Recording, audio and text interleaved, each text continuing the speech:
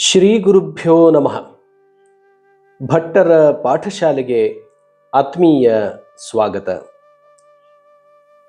ಪ್ರೀತಿಯ ವಿದ್ಯಾರ್ಥಿಗಳೇ, ಕನ್ನಡ ಭಾಷಾಧ್ಯಯನ ಎಂಬ ಮಾಲಿಕೆಯಲ್ಲಿ ಪಾಠ 19. ಇಂದಿನ ತರಗತಿಯಲ್ಲಿ ನಾವು ವಚನಗಳ ಬಗ್ಗೆ ತಿಳಿದುಕೊಳ್ಳೋಣ. ವಚನಗಳು. ವಚನ ಎಂದರೆ ಮಾತು ಎಂಬ ಅರ್ಥವಲ್ಲದೆ ಸಂಖ್ಯೆ ಎಂಬ ಅರ್ಥವೂ ಇದೆ. ವ್ಯಾಕರಣದಲ್ಲಿ ಗಣಿಸುವ ಸಂಖ್ಯೆ ಎಂಬ ಅರ್ಥವನ್ನು ಮಾತ್ರ ಸ್ವೀಕರಿಸುತ್ತೇವೆ. ವಸ್ತುಗಳನ್ನು ಒಂದು ಅಥವಾ ಇನ್ನೂ ಹೆಚ್ಚಾಗಿ ಲೆಕ್ಕ ಹೇಳುವುದುಂಟು. ಅದನ್ನು ಗುರುತಿಸುವ ರೂಪವನ್ನು ವಚನ ಎನ್ನುತ್ತಾರೆ. ವಿದ್ಯಾರ್ಥಿಗಳೇ, ವಚನ ಎಂಬುದಕ್ಕೆ ಪ್ರಸಿದ್ಧವಾದಂತಹ ಅರ್ಥಗಳು ಉಂಟು.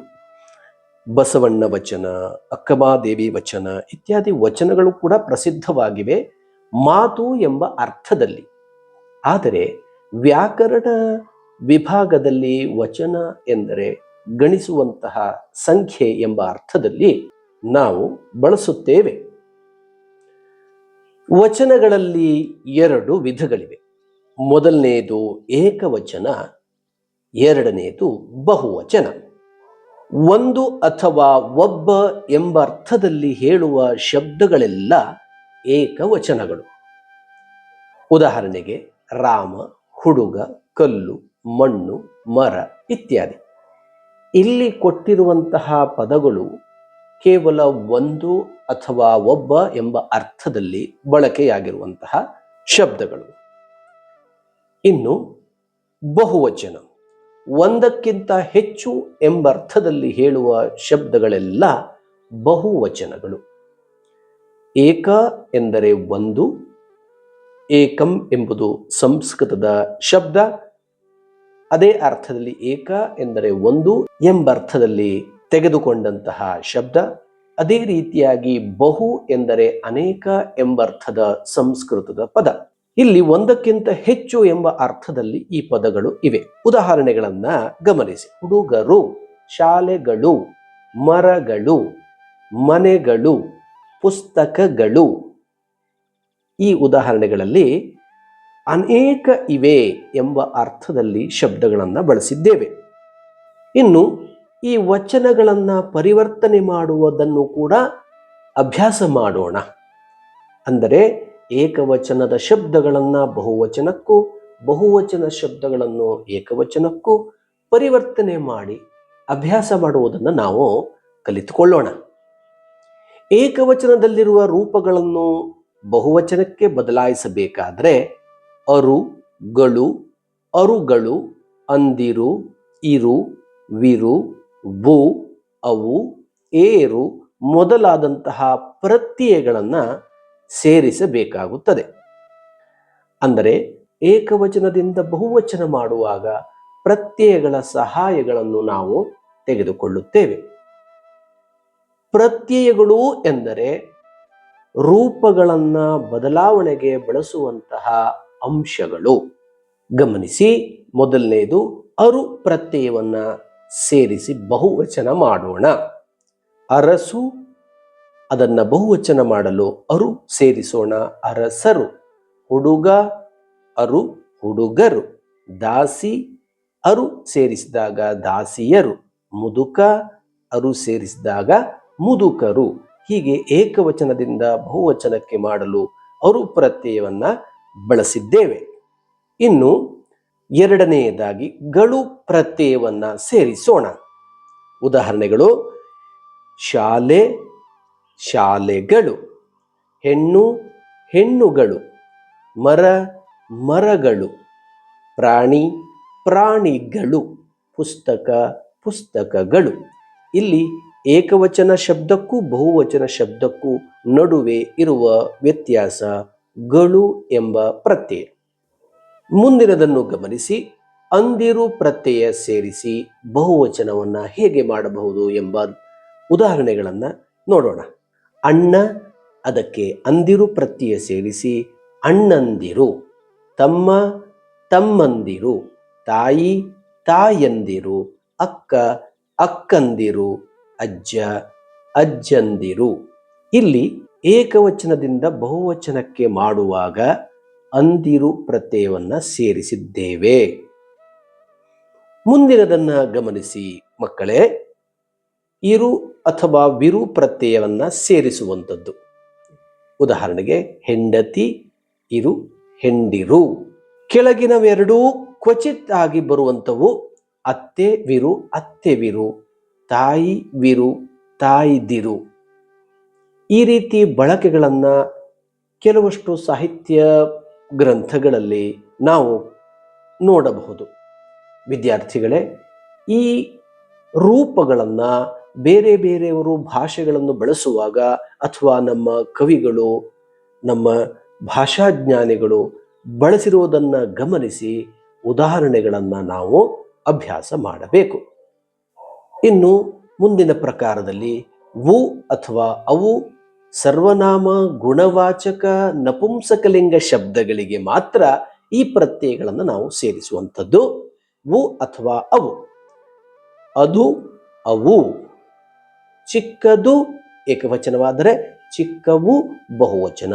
ಎಲ್ಲ ಎಲ್ಲವೂ. ಇನಿದು ಇನಿಯವು. ಹಿರಿದು ಹಿರಿಯವು. ಈ ರೀತಿಯಾದಂತಹ ಶಬ್ದಗಳಲ್ಲಿ ನಾವು ಕೇವಲ ವು ಅಥವಾ ಅವು ಸೇರಿಸಿದಾಗ ಬಹುವಚನ ಮತ್ತು ಏಕವಚನದಲ್ಲಾಗುವಂತಹ ಬದಲಾವಣೆಯನ್ನು ಗಮನಿಸಿ ವಾಕ್ಯದಲ್ಲಿ ಪ್ರಯೋಗಿಸಬೇಕು. ಮುಂದಿನದನ್ನು ಗಮನಿಸಿ. ವರು ಎಂಬ ಪ್ರತ್ಯಯ ಸಂಖ್ಯೆಯ ವಾಚಕಗಳಲ್ಲಿ ಮಾತ್ರ ವರು ಪ್ರತ್ಯಯ ಬರುತ್ತದೆ. ಉದಾಹರಣೆಗಳನ್ನು ಗಮನಿಸೋಣ. ಏಕವಚನದಿಂದ ಬಹುವಚನಕ್ಕೆ ಪರಿವರ್ತನೆ ಮಾಡುವಾಗ ವರು ಸೇರಿಸುವಂಥದ್ದು ಇಲ್ಲಿನ ಉದಾಹರಣೆಗಳು. 3 ಮೂವರು, 4 ನಾಲ್ವರು, 2 ಇರ್ವರು, 100 ನೂರ್ವರು. ಹೀಗೆ ಇಲ್ಲಿ ಬಹುವಚನಗಳನ್ನು ಮಾಡಿ ನಾವು ವಾಕ್ಯಗಳಲ್ಲಿ ಬಳಸುವುದನ್ನು ಅಭ್ಯಾಸ ಮಾಡಿಕೊಳ್ಳಬೇಕು. ಇನ್ನು ವಿಭಕ್ತಿ ಪ್ರತ್ಯಯಗಳನ್ನು ಸೇರಿಸಿದಾಗ ಬರುವಂತಹ ಏಕವಚನ ರೂಪ ಮತ್ತು ಬಹುವಚನ ರೂಪಗಳನ್ನು ನೀವು ಗಮನಿಸಿ. ಮೊದಲನೆಯದಾಗಿ ಹೊಸಗನ್ನಡ ರೂಪದಲ್ಲಿ ಯಾವ ರೀತಿಯ ಬದಲಾವಣೆ ಇದೆ ಎಂಬುದನ್ನು ನೋಡಿ. ಪ್ರಥಮ ವಿಭಕ್ತಿ ಉ ಪ್ರತ್ಯಯವನ್ನು ಸೇರಿಸಿದಾಗ ಏಕವಚನ ರೂಪ ರಾಮನು, ಬಹುವಚನ ರೂಪ ರಾಮರು. ದ್ವಿತೀಯ ವಿಭಕ್ತಿ ಅನ್ನು ಪ್ರತ್ಯಯವನ್ನು ಸೇರಿಸಿದಾಗ ಏಕವಚನ ರೂಪ ರಾಮನನ್ನು, ಬಹುವಚನ ರೂಪ ರಾಮರನ್ನು. ಅದೇ ರೀತಿಯಾಗಿ ತೃತೀಯ ಇಂದ ರಾಮನಿಂದ, ರಾಮರಿಂದ. ಚತುರ್ಥಿ ವಿಭಕ್ತಿ ಗೆ, ಕೆ, ಅಕ್ಕೆ ಪ್ರತ್ಯಯಗಳನ್ನು ಸೇರಿಸಿದಾಗ ಏಕವಚನ ರಾಮನಿಗೆ, ಬಹುವಚನ ರಾಮರಿಗೆ. ಪಂಚವಿಭಕ್ತಿ ದೆಸೆಯಿಂದ ಅಥವಾ ಇಂದ ಸೇರಿಸಿದಾಗ ಆಗುವಂತಹ ರೂಪ ರಾಮನ ದೆಸೆಯಿಂದ ಏಕವಚನ, ರಾಮರ ದೆಸೆಯಿಂದ ಬಹುವಚನ, ರಾಮನಿಂದ ಏಕವಚನ, ರಾಮರಿಂದ ಬಹುವಚನ. ಅದೇ ರೀತಿಯಾಗಿ ಷಷ್ಠಿ ವಿಭಕ್ತಿ ಅಪ್ರತ್ಯಯವನ್ನು ಸೇರಿಸಿದಾಗ ರಾಮನ ಏಕವಚನ, ರಾಮರ ಬಹುವಚನ. ಸಪ್ತಮಿ ವಿಭಕ್ತಿಯಲ್ಲಿ ಅಲ್ಲಿ ಪ್ರತ್ಯಯ ಸೇರಿಸಿದಾಗ ರಾಮನಲ್ಲಿ, ರಾಮರಲ್ಲಿ. ಇನ್ನು ಸಂಬೋಧನಾ ಪ್ರಕಾರದಲ್ಲಿ ರಾಮ, ರಾಮನೇ ಎಂಬುದಾಗಿ ಏಕವಚನ ರೂಪ, ರಾಮರೇ ಅಥವಾ ರಾಮರಿರ ಎಂಬುದು ಬಹುವಚನ ರೂಪ. ಇನ್ನು ಹಳಗನ್ನಡ ರೂಪಗಳು ಕೂಡ ಕೆಲವೊಮ್ಮೆ ಪದ್ಯಗಳಲ್ಲಿ ಅಥವಾ ಗದ್ಯ ವಿಭಾಗದಲ್ಲಿ ಬರುವುದುಂಟು. ಅದನ್ನು ನಾವು ಅಭ್ಯಾಸ ಮಾಡಿ ಸ್ವಲ್ಪ ಮಟ್ಟಿಗೆ ತಿಳಿದುಕೊಳ್ಳೋಣ. ಏಕವಚನ ಮತ್ತು ಬಹುವಚನ ರೂಪಗಳನ್ನು ಸ್ವಲ್ಪ ಮಟ್ಟಿಗೆ ನೋಡಿ ಅರ್ಥ ಮಾಡಿಕೊಳ್ಳಿ. ಏಕವಚನ ಪ್ರಥಮ ವಿಭಕ್ತಿಯಲ್ಲಿ ರಾಮಂ, ಬಹುವಚನದಲ್ಲಿ ರಾಮರ್. ದ್ವಿತೀಯ ವಿಭಕ್ತಿಯಲ್ಲಿ ರಾಮನಂ, ರಾಮರಂ. ತೃತೀಯ ವಿಭಕ್ತಿಯಲ್ಲಿ ರಾಮನಿಂ, ರಾಮರಿಂ. ಚತುರ್ಥಿ ವಿಭಕ್ತಿಯಲ್ಲಿ ರಾಮಂಗೆ, ರಾಮರ್ಗೆ. ಪಂಚವಿಭಕ್ತಿಯಲ್ಲಿ ರಾಮನತ್ತಣಿಂ, ರಾಮರತ್ತಣಿಂ ಬಹುವಚನ. ಇನ್ನು ಷಷ್ಠಿ ವಿಭಕ್ತಿಯ ರೂಪಗಳನ್ನು ಗಮನಿಸಿ. ರಾಮನ, ರಾಮರ. ಸಪ್ತಮಿ ವಿಭಕ್ತಿಯ ರೂಪಗಳು ರಾಮನೋಳ್, ರಾಮರೋಳ್. ಅಥವಾ ರಾಮನೊಳು ರಾಮರುಳು. ಸಂಬೋಧನಾ ರಾಮರಿರ ರಾಮರ್ಗಳಿರ. ಇಲ್ಲಿ ಕ್ರಮವಾಗಿ ಏಕವಚನ ಮತ್ತು ಬಹುವಚನ ರೂಪಗಳನ್ನು ಸರಿಯಾಗಿ ಅವಲೋಕನೆ ಮಾಡಿ ನೆನಪಿಟ್ಟುಕೊಳ್ಳಿ. ಪ್ರಿಯ ವಿದ್ಯಾರ್ಥಿಗಳೇ, ಕೆಲವಷ್ಟು ಶಬ್ದಗಳನ್ನು ಅಭ್ಯಾಸ ಮಾಡೋಣ. ಅಭ್ಯಾಸದಿಂದ ಭಾಷೆಯ ಸ್ಪಷ್ಟತೆ ಇನ್ನೂ ಹೆಚ್ಚಾಗುವುದು. ಆದ್ದರಿಂದ ಅಭ್ಯಾಸವನ್ನು ಮಾಡೋಣ. ಏಕವಚನ, ಬಹುವಚನ: ಮನೆ, ಮನೆಗಳು; ಅಮ್ಮ, ಅಮ್ಮಂದಿರು; ಯುವಕ, ಯುವಕರು; ಮಗು, ಮಕ್ಕಳು. ಇದು ವಿಶಿಷ್ಟವಾದಂತಹ ರೂಪ. ಮಗು ಏಕವಚನ, ಮಕ್ಕಳು ಬಹುವಚನ. ಇನ್ನು ಮುಂದಿನ ಶಬ್ದ ಗಾಯಕಿ, ಗಾಯಕಿಯರು; ಬಾಲಕ, ಬಾಲಕರು; ಸ್ನೇಹಿತ, ಸ್ನೇಹಿತರು. ಚಿತ್ರಗಳನ್ನು ಗಮನಿಸಿ ನಾವು ವಚನ ಪರಿವರ್ತನೆಗಳನ್ನು ನೆನಪಿಟ್ಟುಕೊಳ್ಳೋಣ. ಮಗು, ಮಕ್ಕಳು; ಲೇಖನಿ, ಲೇಖನಿಗಳು; ಬಳೆ ಏಕವಚನ, ಬಳೆಗಳು ಬಹುವಚನ. ಇನ್ನು ಗಿಳಿ, ಗಿಳಿಗಳು; ಮರ, ಮರಗಳು; ಹಣ್ಣು, ಹಣ್ಣುಗಳು. ಚಿತ್ರಗಳನ್ನು ನೋಡಿ ನಾವು ಮಾಡಿರುವಂಥ ಅಭ್ಯಾಸ ನೆನಪಿಟ್ಟುಕೊಳ್ಳುವುದಕ್ಕೆ ಬಹಳ ಸಹಾಯ ಆಗುತ್ತದೆ. ಆದ್ದರಿಂದ ಈ ಚಿತ್ರಗಳನ್ನು ಗಮನಿಸಿ ವಚನ ಬದಲಾವಣೆಯನ್ನು ಕೂಡ ಅರ್ಥ ಮಾಡಿಕೊಳ್ಳಿ. ಇನ್ನು ಹುಡುಗ, ಹುಡುಗರು; ಹುಡುಗಿ, ಹುಡುಗಿಯರು. ಇಲ್ಲಿ ಅಭ್ಯಾಸ ಮಾಡೋಣ. ಅಕ್ಕ, ಅಕ್ಕಂದಿರು; ನೀನು, ನೀವು; ಹಕ್ಕಿ, ಹಕ್ಕಿಗಳು; ಅವನು, ಅವರು; ನಟ, ನಟರು; ಹೋದನು, ಹೋದರು; ನರ್ತಕಿ, ನರ್ತಕಿಯರು. ಪ್ರಿಯ ವಿದ್ಯಾರ್ಥಿಗಳೇ, ಅಭ್ಯಾಸಕ್ಕಾಗಿ ಕೆಲವಷ್ಟು ವಾಕ್ಯಗಳನ್ನು ನಾನು ಇಲ್ಲಿ ಕೊಟ್ಟಿದ್ದೇನೆ. ನೀವು ಅದನ್ನು ಓದಿ ಅದರ ವಚನ ಪರಿವರ್ತನೆಯನ್ನು ಮಾಡುವುದನ್ನು ಅಭ್ಯಾಸ ಮಾಡಿ. ಮೊದಲನೆಯ ವಾಕ್ಯ ಅವನು ತಿಂಡಿಯನ್ನು ತಿಂದನು. ಇದು ಏಕವಚನದಲ್ಲಿ ಇರುವಂತಹ ವಾಕ್ಯ. ಇದರ ಬಹುವಚನ ಅವರು ತಿಂಡಿಯನ್ನು ತಿಂದರು. ಅವರು ತಿಂಡಿಗಳನ್ನು ತಿಂದರು ಕೂಡ ಹೇಳಬಹುದು. ಅವರು ತಿಂಡಿಯನ್ನು ತಿಂದರು. ವಿಶೇಷವಾಗಿ ಕರ್ತೃಪದ ಮತ್ತು ಕ್ರಿಯಾಪದವನ್ನು ನಾವು ಬದಲಾವಣೆಗೆ ಒಳಪಡಿಸುತ್ತೇವೆ. ಗಿಡದಿಂದ ಹಣ್ಣು ಬಿತ್ತು ಬಹುವಚನಕ್ಕೆ ಪರಿವರ್ತಿಸಿದಾಗ ಗಿಡಗಳಿಂದ ಹಣ್ಣುಗಳು ಬಿದ್ದವು. ಮುಂದಿನ ವಾಕ್ಯ ನದಿಗಳು ಬೆಟ್ಟಗಳಿಂದ ಹರಿಯುತ್ತವೆ. ಇದನ್ನು ಏಕವಚನಕ್ಕೆ ಪರಿವರ್ತನೆ ಮಾಡೋಣ. ನದಿಯು ಬೆಟ್ಟದಿಂದ ಹರಿಯುತ್ತದೆ. ಎಲ್ಲವೂ ಏಕವಚನವಾಗಿದೆ. ಮುಂದಿನ ವಾಕ್ಯವನ್ನು ಗಮನಿಸಿ, ಪ್ರಯತ್ನಿಸಿ. ಮಗು ನೀರು ಕುಡಿಯಿತು. ಮಕ್ಕಳು ನೀರನ್ನು ಕುಡಿದರು. ಮುಂದಿನ ವಾಕ್ಯ ಬಳ್ಳಿಗಳಲ್ಲಿ ಹೂಗಳು ಅರಳಿವೆ. ಇದರ ಏಕವಚನವನ್ನು ಮಾಡೋಣ, ಪರಿವರ್ತಿಸೋಣ. ಬಳ್ಳಿಯಲ್ಲಿ ಹೂವು ಅರಳಿದೆ. ಏಕವಚನ ರೂಪಗಳು ಇವೆ. ಮುಂದಿನ ವಾಕ್ಯವನ್ನು ಪ್ರಯತ್ನಿಸೋಣ.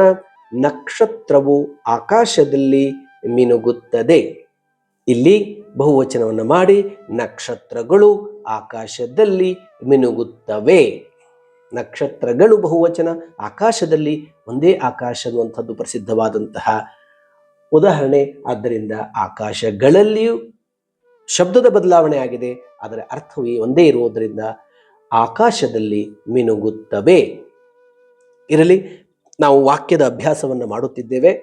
ಸ್ನೇಹಿತರು ಮನೆಗೆ ಬಂದರು. ಇದನ್ನು ವಚನ ಬದಲಾವಣೆ ಮಾಡಿದಾಗ ಸ್ನೇಹಿತನು ಮನೆಗೆ ಬಂದನು. ಸ್ನೇಹಿತನು ಮನೆಗೆ ಬಂದನು. ಸ್ನೇಹಿತರು ಮನೆಗಳಿಗೆ ಬಂದರು. ವಾಕ್ಯದ ಅಭ್ಯಾಸ. ಅದು ನಿನ್ನ ಪುಸ್ತಕ. ಇದರ ಬಹುವಚನ ರೂಪ ಅವು ನಿಮ್ಮ ಪುಸ್ತಕಗಳು. ವಾಕ್ಯವನ್ನು ಗಮನಿಸಿ, ಅವು ನಿಮ್ಮ ಪುಸ್ತಕಗಳು. ಇನ್ನು ಮುಂದಿನ ವಾಕ್ಯ ಇವು ನಮ್ಮ ಮನೆಗಳು. ಇದರ ಏಕವಚನ ರೂಪವನ್ನು ಮಾಡೋಣ. ಇದು ನನ್ನ ಮನೆ. ಇದು ನನ್ನ ಮನೆ. ಈ ರೀತಿಯಾಗಿ ವಾಕ್ಯಗಳನ್ನು ಏಕವಚನದಿಂದ ಬಹುವಚನಕ್ಕೂ ಬಹುವಚನದಿಂದ ಏಕವಚನಕ್ಕೂ ಅಭ್ಯಾಸ ಮಾಡಿ ಮಾತುಗಳಲ್ಲಿ ನಾವು ಬಳಸೋಣ. ಈ ರೀತಿಯಂತಹ ವಾಕ್ಯಗಳು ನಿಮ್ಮ ಪರೀಕ್ಷೆಗಳಲ್ಲಿ ಬರಬಹುದು. ಅದನ್ನು ಸರಿಯಾಗಿ ಉತ್ತರಿಸಿ ಅಂಕಗಳನ್ನು ಪಡೆಯಿರಿ. ಪ್ರಿಯ ವಿದ್ಯಾರ್ಥಿಗಳೇ, ಇಂದಿನ ತರಗತಿಯಲ್ಲಿ ನಾವು ವಚನಗಳನ್ನು ತಿಳಿದುಕೊಂಡೆವು. ವಚನಗಳನ್ನು ಪರಿವರ್ತನೆ ಮಾಡುವುದನ್ನು ಕೂಡ ಅಭ್ಯಾಸ ಮಾಡಿದೆವು. ಈ ರೀತಿಯಾದಂತಹ ಸುಂದರವಾದ ಸುಲಭವಾದಂತಹ ಕನ್ನಡ ಭಾಷೆಯನ್ನು ನಾವೆಲ್ಲ ಕೂಡ ಬಳಸೋಣ, ಬೆಳೆಸೋಣ. ಮತ್ತೆ ಮತ್ತೆ ಕನ್ನಡ ಮಾತೆಯ ಸೇವೆಯನ್ನು ಮಾಡೋಣ. ಬೇರೆ ಬೇರೆ ಭಾಷೆಗಳನ್ನು ರಕ್ಷಣೆ ಮಾಡಲು ಜನರಿದ್ದಾರೆ, ಆದರೆ ನಮ್ಮ ಭಾಷೆಗಳನ್ನು ರಕ್ಷಣೆ ಮಾಡಲು ನಾವು ಕೂಡ ಸಿದ್ಧರಾಗೋಣ. ಪ್ರಿಯ ವಿದ್ಯಾರ್ಥಿಗಳೇ, ಇಂಗ್ಲಿಷ್ ಭಾಷೆಯನ್ನು ನೀವು ಮನೆಯಲ್ಲಿ ಮಾತನಾಡಿಲ್ಲ ಎಂದಾದರೆ ಆ ಭಾಷೆಗೆ ಯಾವ ನಷ್ಟವೂ ಇಲ್ಲ. ಆದರೆ ನಮ್ಮ ಕನ್ನಡವನ್ನು, ನಮ್ಮ ಪ್ರಾದೇಶಿಕ ಕನ್ನಡವನ್ನು, ಬೇರೆ ಬೇರೆ ಕನ್ನಡವನ್ನು ನಾವು ಮನೆಯಲ್ಲಿ ಮಾತನಾಡಿಲ್ಲವೆಂದಾದರೆ ನಿಜವಾಗಲೂ ಕೂಡ ಈ ಭಾಷೆಗಳಿಗೆ ನಷ್ಟ. ಆದ್ದರಿಂದ ಈ ವಿಚಾರವನ್ನು ತಲೆಯಲ್ಲಿ ಇಟ್ಟುಕೊಳ್ಳಿ. ನಮ್ಮ ಕನ್ನಡ ಮಾತೆ ನಮಗೆ ಆಶ್ರಯವನ್ನು, ಊಟವನ್ನು ಕೊಟ್ಟಂತಹ ಕನ್ನಡ ಮಾತೆ, ಇದನ್ನು ರಕ್ಷಣೆ ಮಾಡುವುದು, ಬೆಳೆಸುವುದು ನಮ್ಮೆಲ್ಲರ ಹೊಣೆ. ಅದಕ್ಕಾಗಿ ಪ್ರಯತ್ನಿಸೋಣ. ಧನ್ಯವಾದಗಳು. ಮುಂದಿನ ತರಗತಿಯಲ್ಲಿ ನಿಮ್ಮೊಂದಿಗೆ ಬರಲಿದ್ದೇನೆ. ನಮಸ್ಕಾರ.